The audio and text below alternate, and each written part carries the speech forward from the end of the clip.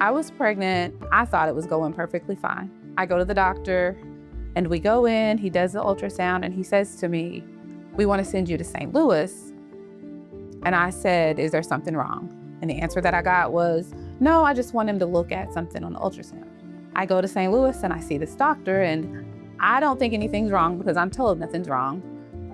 The doctor looks at me and says to me, he does the ultrasound and we're all excited. You know, we see the baby moving. He turns the monitor off and he says to me, "We need to do amniocentesis because when you come back in 4 weeks, your baby will be dead."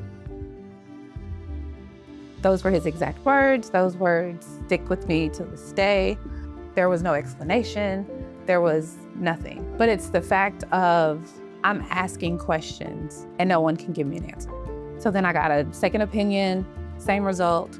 And I just wanted to feel like I did something to get my baby to live. It just so happened that one day I woke up and I was in so much pain. Went to the doctor and he said, "Go straight to the hospital. You're dilated to 2. And I go on the OB floor and they said, "So you're the one that's going to St. Louis?" And I'm like, "No, not me." He just told me to come here. She said, "Oh no, we have to take you to St. Louis." My son ended up being born October 29th on a Wednesday, emergency C-section. He did live for 58 minutes. I didn't want him to be born and not see my face.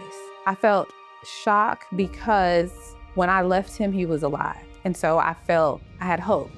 They did work on him, but unfortunately he did pass. I was still frustrated because I always go back to like, what if? And now I see people with the same thing that my son had that's alive. So it's just kind of like, why wouldn't anyone take the time to do that for me?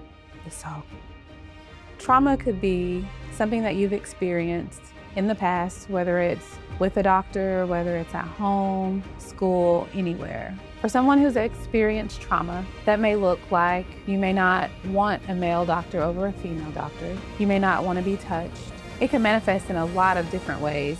In order to improve patients' outcomes, providers are being trained in Ask Me 5, which are 5 questions that get to the heart of what you're experiencing in your pregnancy and postpartum period. Some questions are on sensitive topics, such as trauma, abuse, and safety, but it's only to improve your conversations and your care. Opening up to someone on your care team is the first step in finding the support that you need and that your baby needs. We know abuse is a sensitive topic, but that is one thing that your doctor will ask you, as well as if you feel safe in your home.